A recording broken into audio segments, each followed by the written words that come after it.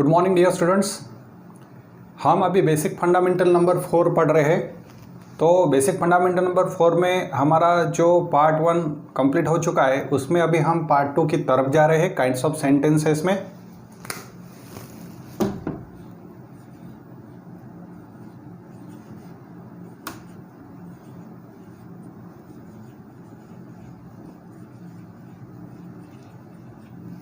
So kinds of sentences में आप पढ़ रहे हैं कि there are 5 kinds of sentences. Number 1 assertive sentence, number 2 interrogative sentence, number 3 exclamatory sentence and number 4 imperative sentence and number 5 optative sentence. तो आपको assertive sentence उसके जो सब टाइप्स है, affirmative sentence and negative sentence, ये आपको पूरा अभी मालूम हो गया है। तो इंट्रोगेटिव सेंटेंस अभी हम पढ़ रहे हैं। तो इंट्रोगेटिव सेंटेंस में आपने पढ़ा था नंबर 2 इंट्रोगेटिव सेंटेंस, INTERROGATIVE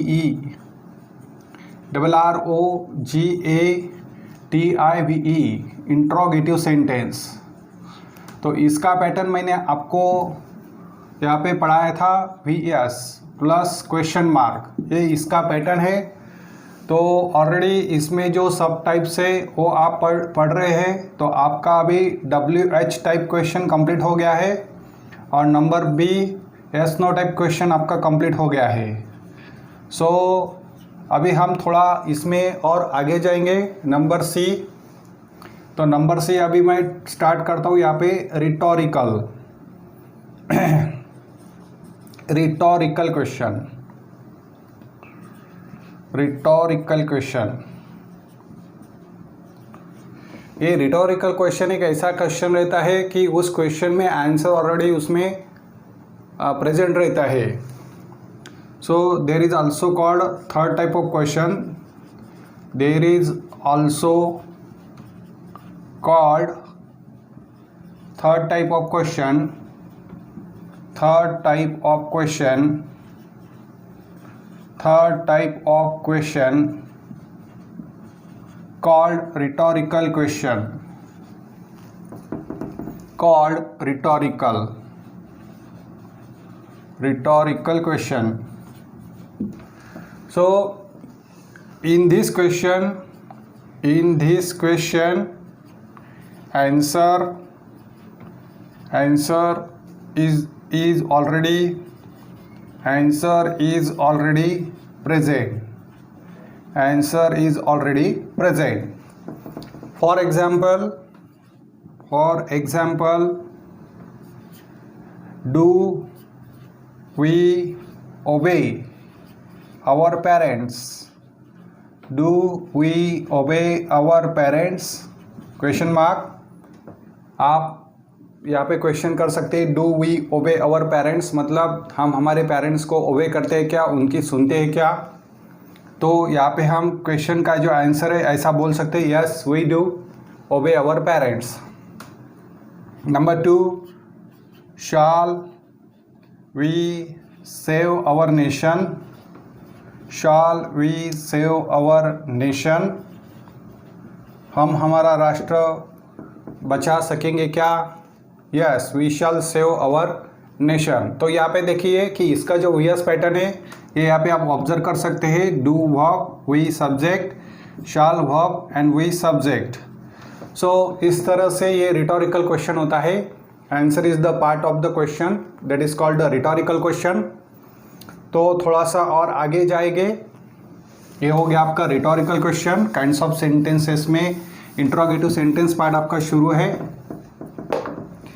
फिर ये रिटोरिकल क्वेश्चन जो आपका अभी यहाँ पे कंप्लीट हो चुका है, रिटोरिकल क्वेश्चन।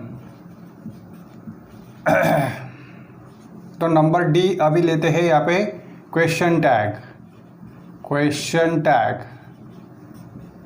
क्वेश्चन टैग इसको आप शॉर्ट क्वेश्चन भी कहते हैं। सो क्वेश्चन टैग क्या रहता है? Question tag is a short question,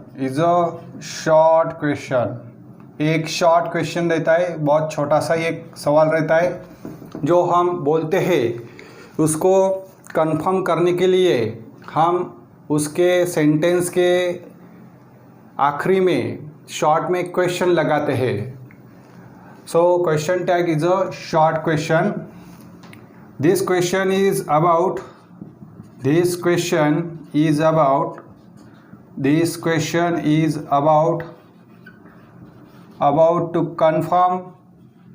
to confirm one's own statement. जो भी हम बोलते हैं उसको कंफर्म करने के लिए हम ये क्वेश्चन करते हैं. It is a short question called question tag. इसको क्वेश्चन टैग भी बोलते हैं, called question tag. So for example, I am sure. इसका क्वेश्चन टैग हम कर सकते हैं aren't I. Number 2, he can go. Can't he. तो इस तरह से इसका ये शॉर्ट क्वेश्चन यहाँ पे हो जाता है. तो इंट्रोगेटिव सेंटेंस में बेसिक फंडामेंटल नंबर 4 हमारा जो भी शुरू है. तो यहाँ पे जितने भी हमारे इंट्रोगेटिव सेंटेंस के टाइप से WH type question, yes no type question, rhetorical question और क्वेश्चन टैग, ये अभी यहाँ पे इंट्रोगेटिव सेंटेंस पार्ट आपका कंप्लीट हो चुका है.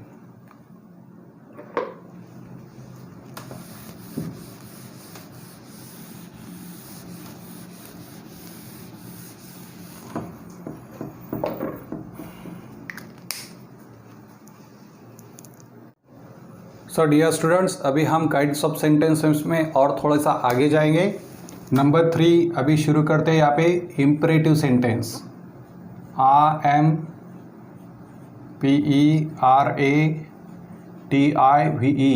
Imperative sentence. इसको बोलते हैं हम आज्ञार्थक वाक्य. इम्परेटिव सेंटेंस में आप हमेशा कमांड, ऑर्डर, रिक्वेस्ट, प्रेयर, ये सभी आप इसमें दे सकते हैं, बोल सकते हैं. So imperative sentence shows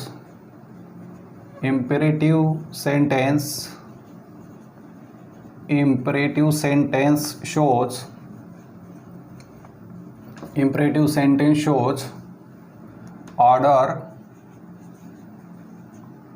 request,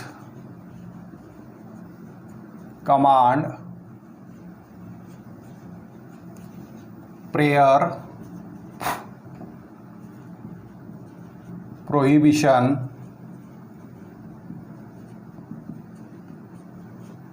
etcetera. ये सभी अभी यहाँ पे इम्परेटिव सेंटेंस में आते हैं.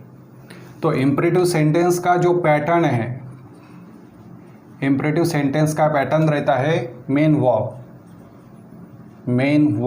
वर्ब क्या रहता है ये आप पार्ट्स ऑफ स्पीच में अच्छी तरह से सीख चुके हैं. मेन वर्ब, या फिर हम इसको कहेंगे इसका पैटर्न V1.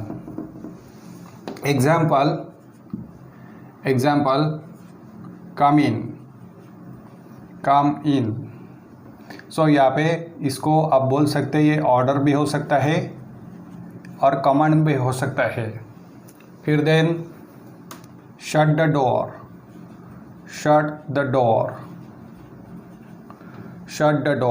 सो ये यहाँ पे इसको कमांड भी बोल सकते हैं. और फिर रीड स्लोली. आप इसको यहाँ पे एडवाइस भी कह सकते हैं. तो अभी देख सकते हैं यहाँ पे जो come in, shut the door, read slowly, ये जो स्टार्ट हुआ इस सेंटेंस का, ये मेन वर्ब से स्टार्ट हो चुका है. कम, शट, रीड, ये V1 आता है. V1, V2, V3, V4, V5, ये जो वर्ब्स के टाइप से उसमें से जो V1 आता है वो सभी यहाँ पे इम्परेटिव सेंटेंस में हम यूज़ करते हैं. सो यहाँ पे मतलब किसी को तो ये ऑर्डर या एडवाइस तो दी जाती है या फिर रिक्वेस्ट की जाती है. तो यहाँ पे ब्रैकेट में इसको एक्सपेक्टेड है कि ये जो यू है ये कोई तो है वहाँ पे, या फिर आप भी हो सकते हो. तो यहाँ पे ये जो यू सब्जेक्ट रहता है ये यहाँ पे हिडन रहता है, मतलब वो उसको दिखाया नहीं जाता. इम्परेटिव सेंटेंस में डायरेक्टली बोला जाता है. Come in, shut the door, read slowly, stand up, ऐसे करके। So imperative sentence shows the order, request, command, prayer, prohibition. तो इसका और एक एग्जांपल लेता हूँ।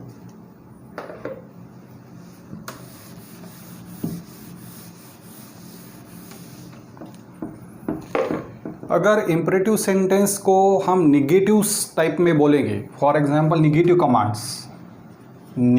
कमांड्स, अगर इम्परेटिव सेंटेंस को निगेटिव कमांड्स में आप बोलते हो तो उसका जो पैटर्न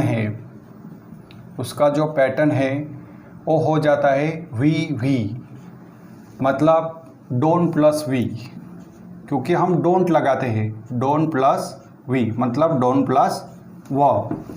एग्जाम्पल,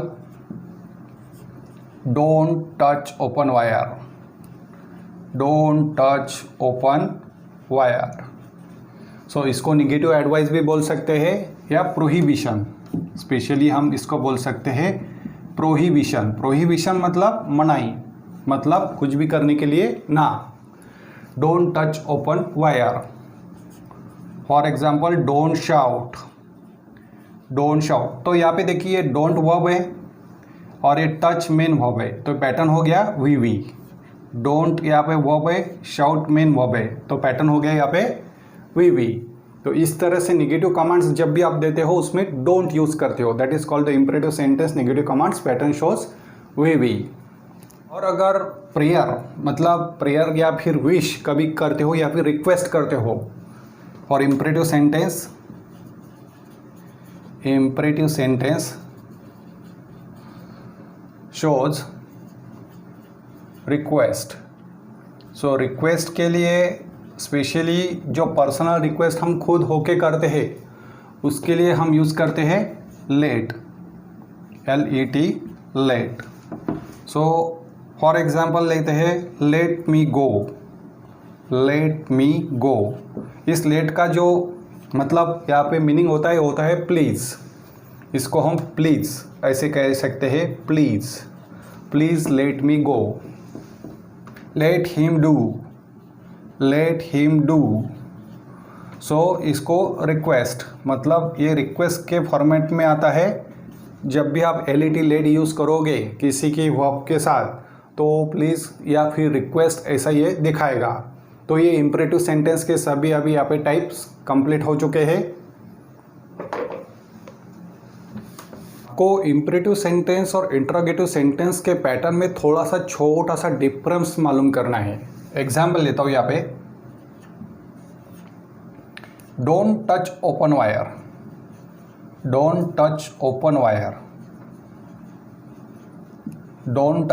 वायर। और नेक्स्ट एक एग्जाम्पल लेता हूँ यहाँ पे,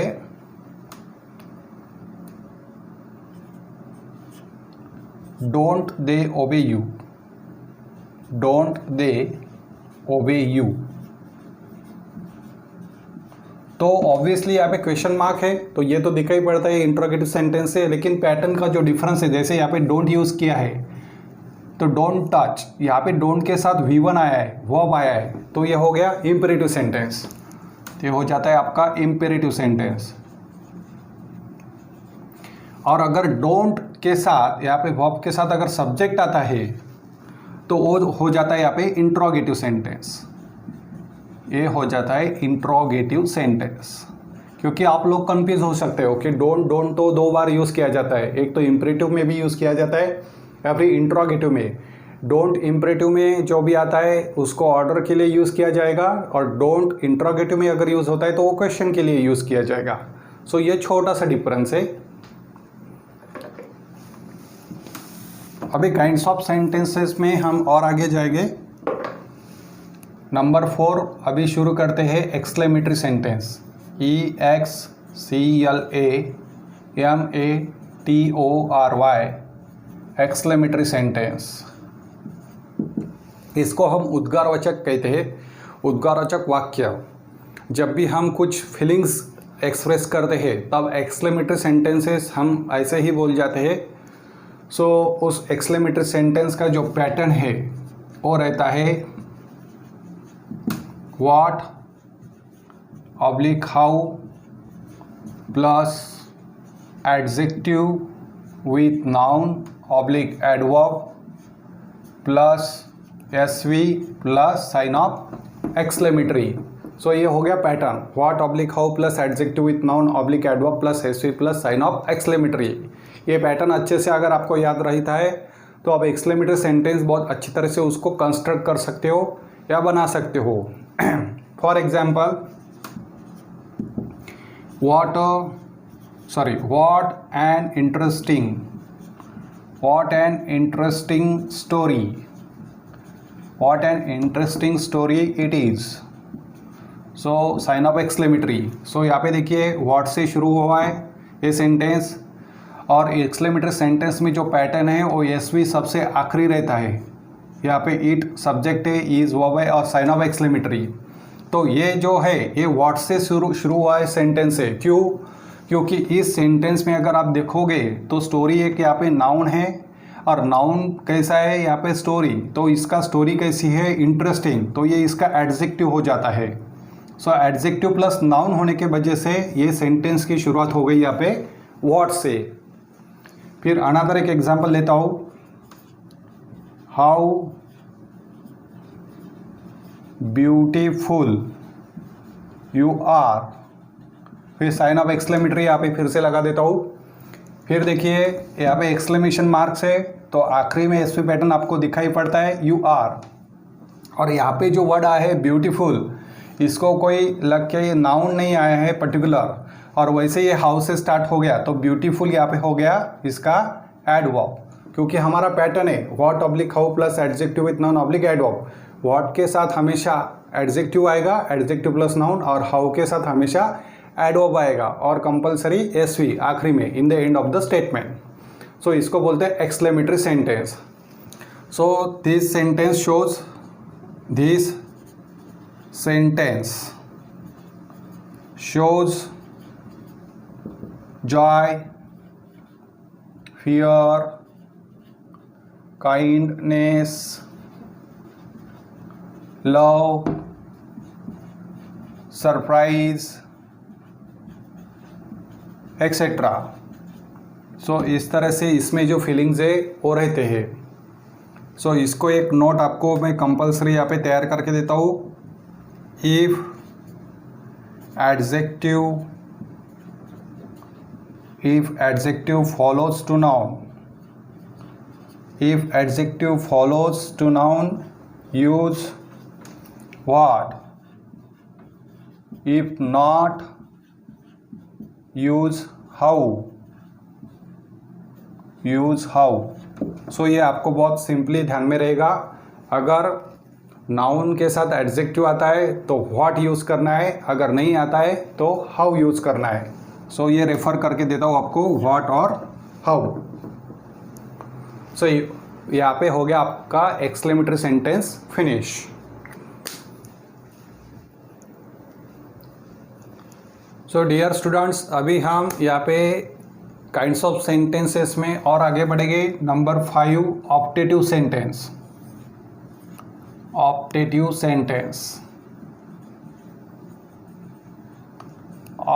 सेंटेंस. अभी ये ऑप्टेटिव सेंटेंस क्या है? ये होता है इच्छा प्रदर्शक वाक्य. स्पेशली कुछ लोग हैप्पी मूड में कुछ बोल जाते हैं, या फिर कुछ सैड मूड में बोल जाते हैं. कुछ लोग किसी को बराबर से विश करते हैं, कुछ लोग मन से किसी को मतलब अच्छे से नहीं बोलते हैं, तो उसमें ये आता है. फॉर एग्जांपल, एक्सप्रेसिंग विशेष और curses. Example, may you live long.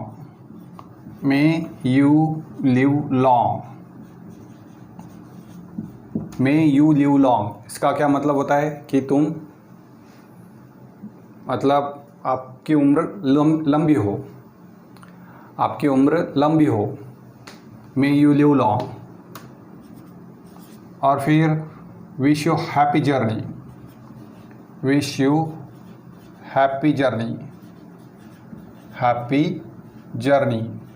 जब भी कोई ट्रैवलिंग को जाता है तो हम उसको ऐसा विश करते हैं, विश यू हैप्पी जर्नी. और कुछ लोग अच्छे से नहीं बोलते, ऐसा भी कुछ बोल देते। For example go to hell. Go to hell मतलब नर्क में जा। कोई भी किसी को बीच में से धक्का लग जाता है कभी चलते चलते तो गो टू हेल ऐसा बोल देता है इंग्लिश में, तो उसका मीनिंग उस तरफ से होता है। तो ये तो आपको पता ही है, ये जैसी विश है, ये 2 सेंटेंसेस। सो ये जो आखिरी का है ये कर्स में आता है, ऐसे भी इंग्लिश में बोला जाता है। तो ये होता है आपका ऑप्टेटिव सेंटेंस है वे कंप्लीट। तो फ्रेंड्स और डियर स्टूडेंट्स, अभी हमने यहाँ पे काइंड्स ऑफ सेंटेंसेस में there are 5 kinds of sentences complete हम सीख चुके हैं। Assertive sentence, interrogative sentence, exclamatory sentence, imperative sentence and optative sentence. तो यहाँ पे आपका बेसिक फंडामेंटल नंबर 4 कंप्लीट हो जाता है। लेकिन मैं आपको एक छोटी सी नोट यहाँ पे इंट्रोगेटिव सेंटेंस के लिए और एक नोट देता हूँ। Note on interrogative sentence. Note on interrogative sentence. Interrogative sentence. Note on interrogative sentence for transforming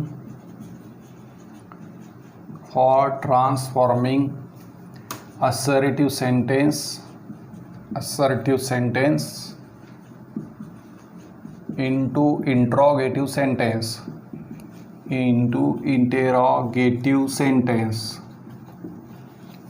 interrogative sentence. We follow the inversion.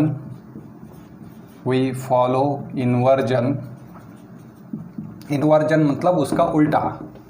SV2 VS। For inversion you can use auxiliary verb present in the sentence।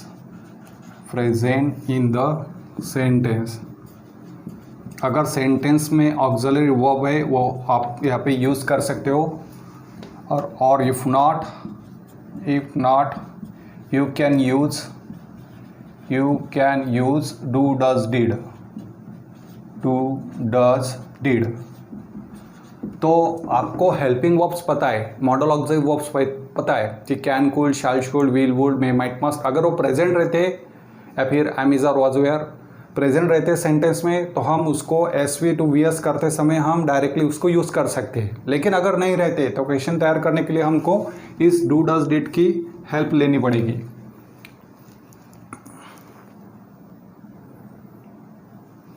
For V1 take do। For V1 take do। For V2 or ed form take did।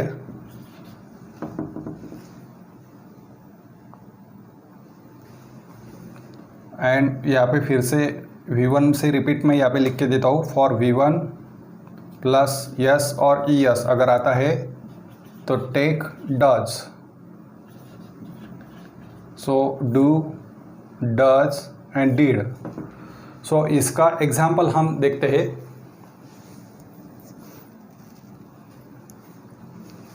Study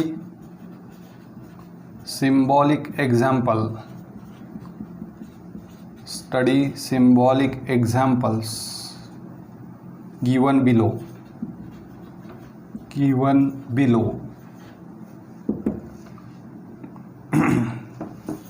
go, do go, goes, does go, went, did go। तो आप यहाँ पे देख सकते हो, यहाँ पे गो V1 है इसलिए हमने यहाँ पे डू यूज़ किया है। गो को एस और एस लगाए इसलिए हम यहाँ पे इसको डज इसको सपोर्ट में लिया है ES निकल के। फिर वेंट ये पास्ट टेंस में आता है, तो ये पास्ट टेंस में होने के वजह से हमने डिड यहाँ पे यूज़ किया है और फिर से इस मेन वर्ब को हमने V1 में कन्वर्ट कर दिया है। तो go, do go, goes, does go, went, did go. जब भी आप कोई भी मेन वर्ब को हेल्पिंग वर्ब यूज़ करोगे, डू, डज, डिड, तो उसका जो V1 है उसके सामने आपको लिखना पड़ेगा। When you use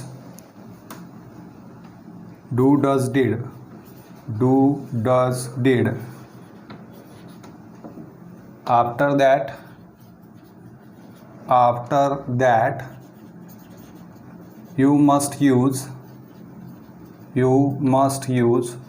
root form of the verb,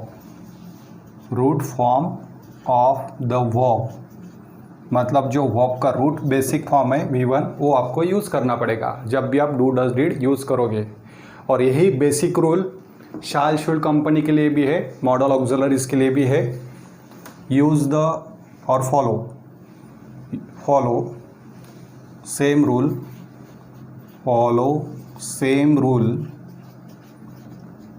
for shall should company।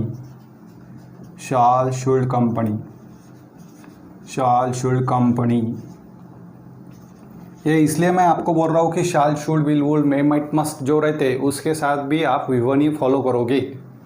सो अभी आपका पूरी तरह से basic fundamental number 4 kinds of sentences यहाँ पे कंप्लीट हो चुका है।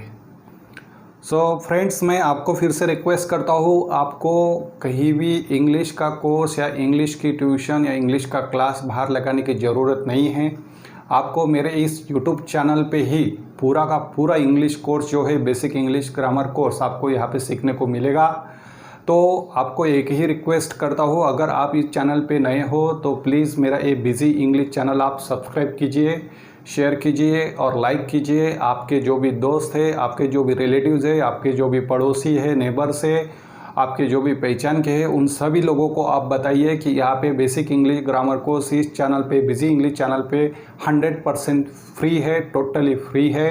मैं आपको शुरू से लेके अंत तक मतलब बेसिक फंडामेंटल सॉल्व जो भी ग्रामर के वो सभी यहाँ पे पढ़ाऊँगा और साथ में आपको यहाँ पे मैं राइटिंग स्किल्स मतलब कम्युनिकेशन स्किल्स ये भी मैं इस कोर्स में आपको पढ़ाऊँगा।